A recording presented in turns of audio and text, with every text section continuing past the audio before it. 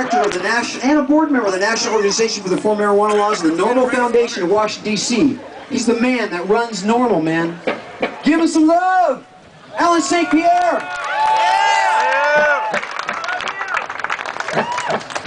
We're getting very close to that special time on the clock, aren't we?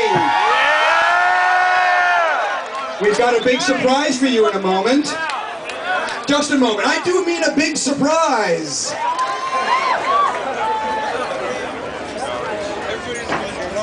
Since 1970, if you have been busted, if they're trying to take your kid away from you, if the government's trying to evaluate you on your urine rather than on the quality of your character, if the government's trying to take your property, if the government's trying to take your CDL license or your tugboat license or your ability to work on the docks down in West Seattle, there's one organization they've been able to call for 39 years that is there to help them, because as the grace of God go, you go I.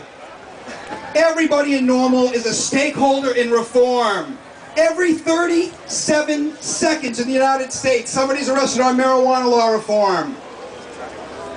We are on the cusp of such major change. You all know it. We've been coming here for years and saying it, and it's been true. If you charted it, it would be a huge increase in support for marijuana law reform. In fact, according to Nate Silver, statistician, in 2019 to 2020, 60% of Americans will support the legalization of marijuana. So it doesn't matter if you're a Democrat or a Republican, we're going to legalize marijuana no matter what happens in 10 years, because when 60% of the American public wants something, they're going to get it.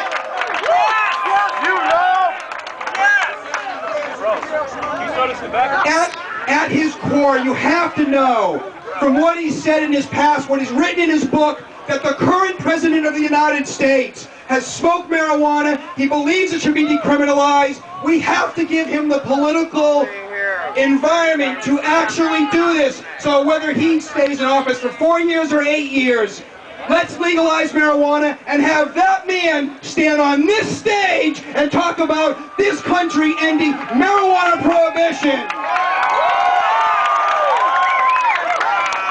You know, when he laughed, when he chuckled in February at that town hall meeting about whether we should legalize marijuana, you just knew that was some gallows humor there.